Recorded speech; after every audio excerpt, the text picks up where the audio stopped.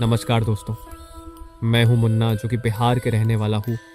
दोस्तों, आज फिर से एक ट्रक ड्राइवर की नई कहानी आपके सामने हाजिर है। वैसे तो आपने ट्रक ड्राइवर लोगों की बहुत सी कहानियां सुनी होंगी, लेकिन मुझे पूरी उम्मीद है कि आज की हमारी यह कहानी सुनकर आपको सच में डर का एहसास होने वाला है। बस मेरी आपसे इतनी गुजारिश है कि आप अगर इस कहानी को पूरा सुनेंगे तो आपको सच में बहुत ज़्यादा मज़ा आने वाला है। साथ ही अगर आप पहली बार हमारे इस चैनल पर आए हैं तो चैनल को अभी सब्सक्राइब कर लीजिए। ऐसा करने से हमारी और आपकी नज़दीकियाँ बढ़ जाएगी और आगे आने वाली वीडियो आप तक आसानी से पहुंच जाएगी। तो ज़्यादा समय ना लेते हुए जल्दी से अपनी कहानी को शुरू करते हैं। दोस्तों, आज की कहानी हमारे एक दोस्त राजू ने भेजी है जो कि एक ट्रक ड्राइवर है। तो चलिए अब यह कहानी राजू के पॉइंट ऑफ व्यू से सुनते हैं। दोस्तों, मेरा नाम राजू है और मैं राजस्थान के अलवर ज़िले का रहने वाला हूँ। मैंने ट्रक चलाने का काम बहुत कम उम्र में ही शुरू कर दिया था। जब मैं 20 साल का था तभी से मैं मेरे मामा जी की ट्रक चलाने लग गया था। लेकिन जो डरावनी घटना मैं आपके साथ शेयर करने जा रहा हूँ वह तब की है जब मैं 30 साल का था। आज मुझे ट्रक चलाते हुए लगभग 15 साल हो चुके हैं, लेकिन उस घटना के बाद मैंने मेरे जीवन में ट्रक चलाते वक्त कभी भी शॉर्टकट रास्ता नहीं अपनाया। दरअसल यह घटना उस वक्त की है जब हमारे देश में लॉकडाउन लगा हुआ था और किसी को भी कहीं पर भी आने जाने की इजाज़त नहीं थी सिवाय इमरजेंसी सेवाओं के। उस वक्त मैंने अपनी गाड़ी मेडिकल लाइन में दवाओं को लाने और ले जाने में लगा रखी थी, इसीलिए मुझे लॉकडाउन में भी गाड़ी चलानी पड़ रही थी। उस दिन मैंने ट्रक में हैदराबाद से सामान लोड किया और मुझे ये सामान मुंबई पहुंचाना था। दोपहर के 3 बजे तक ट्रक में पूरा सामान लोड हो चुका था। फिर लगभग शाम के 5-6 बजे तक मैं थोड़ा आराम करने के बाद अपने ट्रक को लेकर अपनी मंजिल की ओर चल पड़ा। मुझे यह सामान अगले दिन शाम तक मुंबई पहुंचाना था, इसलिए मैं काफ़ी अच्छी खासी रफ्तार में चल रहा था। अब जैसा कि आप सभी जानते हैं कि जितना सांस लेना ज़रूरी होता है, लॉकडाउन के टाइम पर मास्क लगाना भी उतना ही ज़रूरी था, क्योंकि अगर गलती से भी कहीं पर पुलिस वालों ने बिना मास्क के देख लिया तो चालान काटने में देरी नहीं लगेगी। यही सोचकर मैंने जब ट्रक स्टार्ट किया था उसी वक्त मास्क लगा लिया था। अब लगातार मैं अपनी मंजिल की ओर बढ़ रहा था। धीरे धीरे दिन ढलने के कारण चारों तरफ अंधेरा पसर लगा था और सड़क पर सिर्फ अंधेरे के अलावा कुछ भी नहीं दिख रहा था। तभी मेरे दिमाग में आया कि अगर मैं किसी तरह कल शाम से पहले यानी कि जल्दी मुंबई पहुंच जाऊंगा तो मुझे थोड़ा ज़्यादा आराम करने का वक्त मिल जाएगा। और यही सोचकर मैंने एक फ़ैसला किया कि यदि रास्ते में मुझे कोई शॉर्टकट रास्ता दिखता है तो मैं उस शॉर्टकट रास्ते को अपनाकर जल्दी मुंबई पहुंच जाऊंगा। लेकिन कुछ देर और गाड़ी चलाने के बाद ना जाने क्यों पर मुझे नींद की झपकियां आने लगी। इसलिए मैंने सोचा कि अगर रास्ते में कहीं पर थोड़ा हाथ मुंह धोकर चाय पी ली जाए तो ठीक रहेगा। यही सोचकर मैं अब ट्रक चलाते हुए हाईवे पर किसी ढाबे या चाय वाले की दुकान को तलाशने लगा। लेकिन थोड़ी ही देर बाद मुझे याद आया कि यह तो लॉकडाउन का टाइम है और इस टाइम मुझे कोई भी ढाबा या दुकान नहीं मिलने वाली जहां पर बैठकर मैं चाय पी सकूं। फिर मैं अपने आप से मन में ही कहा, क्या यार राजू, तू भी कितना बोला है, भला लॉकडाउन के टाइम पर तुझे कहाँ चाय की दुकान मिलेगी।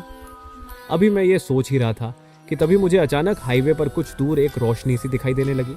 धीरे धीरे जैसे मैं उसके पास गया तो मुझे मालूम हुआ कि वह तो एक चाय की टपरी है और उसी पर एक बुजुर्ग दुकानदार बैठा हुआ है। हमारे राजस्थान में छोटी और अस्थाई दुकान को टपरी ही कहा जाता है। तभी मैंने उसे बुजुर्ग आदमी के पास अपना ट्रक ले जाकर रोका और ट्रक में बैठे बैठे ही उससे पूछा कि चाय मिलेगी क्या। तो उसने मुझसे कहा कि सब कुछ मिलेगा, आप ट्रक से नीचे तो उतरिए या सब कुछ वहीं पर लेंगे। उसकी बातें मुझे थोड़ी अजीब लगी, पर फिर भी मुझे तो थोड़ी चाय पीनी थी, इसलिए मैं ट्रक से नीचे उतर गया और फिर मैंने उसे आदमी को एक चाय बनाने को कहा। उस आदमी को चाय बनाने के लिए कहकर मैंने अपने ट्रक से अपनी पानी की बोतल निकाली और अपना मुंह धोने लगा ताकि थोड़ा फ्रेश फील हो। थोड़ी ही देर बाद उस आदमी ने चाय बनाकर मुझे दे दी, लेकिन उसकी चाय का टेस्ट कुछ अजीब था। जब मैंने इसके बारे में उससे पूछा तो उसने कहा कि साहब, यह चाय भैंस के दूध की नहीं है। वह क्या है कि लॉकडाउन के टाइम पर दूध की सभी दुकानें तो बंद हैं और मेरे घर में सिर्फ कुछ बकरियां हैं, तो मैं उन बकरियों का दूध निकाल कर ही यहाँ दुकान पर लाता और उसी की चाय बनाकर बेचता हूँ। शायद आपने कभी बकरी के दूध की चाय पी नहीं होगी, इसीलिए आपको इसका टेस्ट थोड़ा अजीब लग रहा है। तब मैंने उससे पूछते हुए बोला कि ये लॉकडाउन के टाइम पर तुमने दुकान खोल रखी है, पुलिस वगैरह आती है तो तुम्हें कुछ कहती नहीं है क्या? इस पर उस आदमी ने एक अजीब सी मुस्कुराहट के साथ मुझसे कहा, पुलिस तो क्या, हमारा तो कोई भी कुछ भी नहीं बिगाड़ सकता। उसकी मुस्कुराहट बहुत अजीब थी और वह मुस्कुराने के साथ साथ मुझे अजीब तरीके से घूर रहा था। तभी मैं उसको नज़रअंदाज करते हुए चाय पीने लगा। मुझे लगा कि यह बुड्ढा थोड़ा सटिया गया है। जब मैं उसकी दुकान पर चाय पीने उतरा था तो मैंने अपना ट्रक चालू ही छोड़ दिया था, लेकिन अचानक से मेरा ट्रक बंद हो गया। मुझे लगा कि ये कैसे हो सकता है, क्योंकि मेरा ट्रक अभी नया नया ही था और वह ऐसे ही अपने आप कभी भी बंद नहीं होता था जब तक कि मैं खुद उसे चाबी से बंद ना करूं। तभी मुझे लगा कि शायद ट्रक सर्विस पर आ गया है, इसीलिए अपने आप बंद हो गया है। खैर, मैं इस बात को नज़रअंदाज करके चाय पीने लगा, लेकिन पीते वक्त मुझे उसकी चाय कुछ थोड़ी ज़्यादा ही अजीब लग रही थी। जैसा कि मैंने आपको बताया कि मैं राजस्थान का रहने वाला हूँ, तो मैंने मेरे जीवन में पहले भी बहुत बार बकरी के दूध की चाय पी थी, लेकिन कभी भी उसका टेस्ट ऐसा नहीं था जैसा कि आज इस बुढ़े की चाय का था। तभी चाय पीते वक्त अचानक मेरी नज़र उस बुढ़े की टपरी के बगल से जा रहे रास्ते पर गई। मुझे लगा कि शायद ये कोई शॉर्टकट रास्ता है, और तभी मैंने उस आदमी से पूछा कि यह रास्ता कहाँ जाता है। तो उस आदमी ने फिर से उस अजीब सी मुस्कुराहट के साथ मुझसे कहा कि जहाँ जाना चाहते हो ये रास्ता तुम्हें वहीं पहुँचा देगा। तो मैंने उस आदमी से कहा कि तुम्हें कैसे पता कि मुझे जहाँ जाना है ये रास्ता मुझे वहाँ पहुँचा देगा। इस पर वह आदमी कुछ नहीं बोला, बस चुपचाप अपना सिर नीचे के बैठा रहा। तभी मैंने उससे फिर से पूछा, अच्छा ये तो बताओ कि इस रास्ते से मुंबई जाने पर कितनी दूरी कम पड़ेगी? तो इस पर उस आदमी ने अपना मुंह नीचे के हुए ही बोला, 100 किलोमीटर की दूरी। अभी मैं उस आदमी से कुछ और पूछने ही वाला था कि तभी वह आदमी अजीब तरीके से कांपने लगा। जब मैंने गौर से उसकी तरफ देखा तो उसका एक हाथ बहुत ज़्यादा कांप रहा था। मुझे भी थोड़ा अजीब लगा। फिर मैंने उससे कहा कि क्या हुआ, तबीयत तो ठीक है ना तुम्हारी? इस पर उस आदमी ने मेरी तरफ अजीब तरीके से घूरते हुए कहा कि तुम्हारा काम खत्म हो गया है, तुम जा सकते हो यहाँ से। मुझे भी उससे कुछ ज़्यादा मतलब नहीं था, इसीलिए मैं जाकर अपने ट्रक में बैठ गया। लेकिन ट्रक में बैठने के बाद भी जब मैंने उस आदमी को देखा तो उसकी हरकतें मुझे बहुत अजीब लग रही थी। मुझे तो वह बुढ़ा पहले से ही बहुत ज़्यादा सटाया हुआ लग रहा था, इसीलिए मैंने उसकी तरफ ज़्यादा ध्यान नहीं दिया। लेकिन ना जाने क्यों उसकी चाय पीने के बाद मेरा ध्यान बार बार उस शॉर्टकट रास्ते की तरफ जा रहा था और मेरा मन बार बार उस शॉर्टकट रास्ते से ही चलने को कर रहा था। और हुआ भी अंत में यही, मैं उसे शॉर्टकट रास्ते से ही मुंबई की तरफ निकल पड़ा। अब चारों तरफ घना अंधेरा हो चुका था। जब मैंने अपनी घड़ी में टाइम देखा तो रात के 8 बज रहे थे। तभी मुझे अचानक से याद आया कि मैंने उस आदमी को चाय के पैसे तो दिए ही नहीं, लेकिन अब मैं वहाँ से काफ़ी ज़्यादा आगे आ चुका था, इसलिए मैंने वापस जाना भी ठीक नहीं समझा। लेकिन मुझे ज़्यादा अजीब बात तो ये लगी कि उस आदमी ने भी मुझसे चाय के पैसे नहीं मांगे। खैर, मैं अब इन सब बातों को नज़रअंदाज करके अपने रास्ते पर आगे बढ़ रहा था। लेकिन मुझे उस रास्ते पर एक सबसे बड़ी अजीब बात यह लगी कि पीछे जब मैं हाईवे से आ रहा था तो हाईवे के दोनों तरफ जो पेड़ पौधे थे वह हरे भरे थे, लेकिन इस रास्ते के अगल बगल में जो पेड़ पौधे थे वह पेड़ पौधे बिल्कुल सूखे हुए थे और उन पर एक भी हरी पत्ती नहीं थी। तभी मैंने मन में सोचा कि ऐसा कैसे हो सकता है। कुछ देर पहले जिस हाईवे पर दोनों तरफ हरियाली थी तो उससे इतनी सी दूरी पर इतना सूखा कैसे हो सकता है। पर मुझे तो जल्दी से मुंबई पहुंचना था, इसलिए मैंने इस बात को भी नज़रअंदाज कर दिया। अब जब मैं उस रास्ते पर आगे बढ़ रहा था तो मैंने एक चीज़ नोटिस की कि उसे रास्ते पर स्पीड ब्रेकर बहुत ज़्यादा थे। लगभग हर 1-2 किलोमीटर पर स्पीड ब्रेकर आ ही रहा था। ऐसे में मैंने सोचा कि इस रफ्तार से तो मैं शायद टाइम पर मुंबई नहीं पहुंच पाऊंगा। पर अब मैं कर भी क्या सकता था, क्योंकि उस रास्ते पर अब मैं काफ़ी आगे आ चुका था, इसलिए मैंने चलते रहना ही ठीक समझा। लेकिन कुछ देर बाद ट्रक चलाते हुए मुझे महसूस होने लगा कि जैसे ट्रक को बहुत ज़्यादा पावर की ज़रूरत है। ऐसा अमूमन तब होता है जब ट्रक में पीछे की तरफ कुछ बहुत ज़्यादा भारी सामान लोड किया हुआ हो। लेकिन आज तो ट्रक में ऐसा कुछ भी नहीं था। लेकिन फिर भी ट्रक इतना पावर क्यों ले रहा था, जैसे उसके पीछे कोई बहुत भारी सामान लोड किया हुआ हो। अब बार बार मुझे इस चीज़ का एहसास होने लगा था कि ट्रक को चलने में बहुत ज़्यादा दिक्कत आ रही है। इसलिए मैंने ट्रक को रोककर एक बार चेक करने की सोची लेकिन रोकने से पहले सामने के रास्ते का मंजर देखकर मेरा ट्रक रोकने का दिल नहीं कर रहा था, क्योंकि वह रास्ता बहुत ही ज़्यादा उबड़ खाबड़ और देखने में भी बेवान लग रहा था। खैर, वैसे तो मुझे इतना ज़्यादा डर नहीं लगता था, लेकिन आखिर हूँ तो मैं भी एक इंसान ही।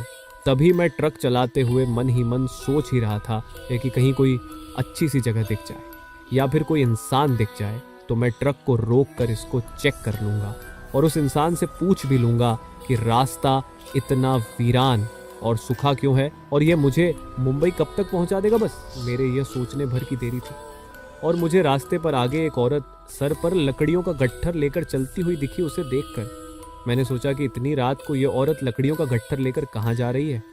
तभी मैंने अपनी घड़ी में टाइम देखा तो रात के 11 बज रहे थे। मुझे थोड़ा अजीब तो लगा, पर फिर भी मैंने उसके पास ले जाकर अपनी ट्रक को रोक दिया। ट्रक की हेडलाइट की रोशनी में वह औरत दिखने में काफ़ी ज़्यादा जवान और खूबसूरत लग रही थी, लेकिन उसने घूंघट निकाल रखा था। मेरे ट्रक को उसके पास रुकता देख वह औरत भी वहीं पर रुक गई। तभी मैंने उस औरत से पूछा कि यह रास्ता कितना लंबा और है, लेकिन शायद ट्रक के इंजन की आवाज़ में उसे कुछ सुनाई नहीं दे रहा था, इसीलिए मैंने नीचे उतरकर ही उससे बात करना ठीक समझा। तो अब मैं ट्रक को चालू छोड़कर ही केबिन से नीचे उतरा और उस औरत के पास गया। लेकिन जैसे ही मैं उतरकर उस औरत की तरफ आगे बढ़ने लगा तो उस औरत ने अपने लकड़ियों के गट्ठर से अपनी दांतली निकाली और मेरी तरफ आगे बढ़ा दी। ये देखकर मैं बहुत ज़्यादा डर गया। तभी मैंने उससे कहा कि घबराने की कोई बात नहीं है, मैं सिर्फ रास्ता भटक गया हूँ और मैं आपसे रास्ता पूछने के लिए ही नीचे उतरा हूँ। आप मुझे गलत ना समझें। इस पर वह औरत कुछ नहीं बोली, लेकिन उसने अपने हाथ में ली हुई दांतली को नीचे कर लिया। दरअसल दांतली हमारे राजस्थान में एक प्रकार का औजार है, जिसे कुछ भी लकड़ी या अन्य चीज़ों को काटने के लिए काम में लिया जाता है। अभी मैं उस औरत से कुछ और पूछने ही वाला था कि तभी उसने अपना घूंघट ऊपर किया और उसके घूंघट ऊपर करते ही मैं तो मंदमुग्ध हो गया, क्योंकि वह दिखने में काफ़ी ज़्यादा खूबसूरत थी। तभी मैंने अपने आप को संभालते हुए उस औरत से पूछा कि क्या यह रास्ता आगे जाकर ठीक होगा या ऐसे ही ऊबड़ खाबड़ रहेगा। तभी उस औरत ने कहा कि नहीं, ये ज़्यादा आगे तक ऐसा नहीं है, आगे जाकर अच्छा रास्ता है। लेकिन उसकी आवाज़ सुनते ही मुझे बहुत अजीब लगा, क्योंकि वह जितनी दिखने में खूबसूरत थी उसकी आवाज़ उतनी ही बदसूरत, या फिर यूं कहे कि अच्छी नहीं थी, क्योंकि उसकी आवाज़ बिल्कुल मर्दों की तरह थी। जब वह बोल रही थी तो मुझे ऐसा लगा जैसे कोई औरत नहीं बल्कि कोई लड़का बोल रहा हो, लेकिन मेरा ध्यान उसकी आवाज़ से ज़्यादा उसकी खूबसूरती पर जा रहा था। इसीलिए मैंने उससे पूछा कि आप इतनी रात को कहाँ जा रही हो, और वह भी इन लकड़ियों के गट्ठर को लेकर। तो इस पर उस औरत ने कहा कि लॉकडाउन का समय चल रहा है ना, तो दिन के समय तो बाहर जाकर लकड़ियाँ ला नहीं सकते, इसीलिए मैं रात के समय ही लकड़ियाँ लेकर आती हूँ, क्योंकि हमारे घर पर लकड़ियों से ही खाना बनता है। तो मैंने सोचा कि हो सकता है ये औरत सच बोल रही हो, क्योंकि उस समय लॉकडाउन में माहौल भी ऐसा ही था। तभी अचानक मेरा ट्रक अपने आप ही बंद हो गया। जब तक ट्रक चालू था तब तक तो सड़क पर हेडलाइट की रोशनी थी, लेकिन जैसे ही ट्रक बंद हुआ तो चारों तरफ अंधेरा छा गया। अब जैसे ही उस अंधेरे में मैंने अपनी नज़र उस औरत की तरफ घुमाई तो मेरे तो होश ही उड़ गए, क्योंकि हेडलाइट की रोशनी में वह औरत जितनी खूबसूरत और जवान दिख रही थी, अंधेरा होते ही वह औरत उतनी ही ज़्यादा बदसूरत और बूढ़ी नज़र आ रही थी। उसका चेहरा एक तरफ से पूरा जला हुआ था और उसके होंठ बिल्कुल काले पड़ गए थे। अब उसका यह मंजर देखकर मैं थर थर कांपने लगा और पूरा पसीने से भीग गया। मेरी यह हालत देखकर वह औरत एक अजीब तरीके से मुस्कुराने लगी। अब जैसे जैसे वह औरत मुस्कुरा रही थी तो वैसे वैसे ही उसके होठों से खून टपक रहा था। ये सब देखकर मैं तो वहाँ जैसे पत्थर की तरह ही जम गया था। मैं हिलना और चिल्लाना चाहता था, पर मेरे हलक से आवाज़ निकल ही नहीं रही थी और पैरों को तो जैसे किसी ने फेविक्विक से वहीं पर चिपका दिए हो। उस औरत और मेरे बीच में सिर्फ 2 कदमों का ही फासला था। अब वो औरत धीरे धीरे मेरी तरफ आने लगी। ये देखकर मेरे दिल की धड़कन की रफ्तार 2 गुनी हो गई थी। मुझे ऐसा लग रहा था कि मुझे बस अब हार्ट अटैक आने वाला है। वो औरत मुझे अजीब तरीके से मुस्कुराते हुए घूर रही थी और उसके अंदर से घर घर की आवाज़ आ रही थी। साथ ही उसके होठों से खून की बूंदें अपने आप ही टपक रही थी। दोस्तों, ये वीडियो ऑलरेडी बहुत बड़ी हो चुका है, इसीलिए मैंने इनको 2 पार्ट में बनाया है, जो कि कल शाम को अपलोड होगी। और पार्ट 2 वाली वीडियो देखने के लिए हमारे चैनल को सब्सक्राइब ज़रूर कर रखें। धन्यवाद।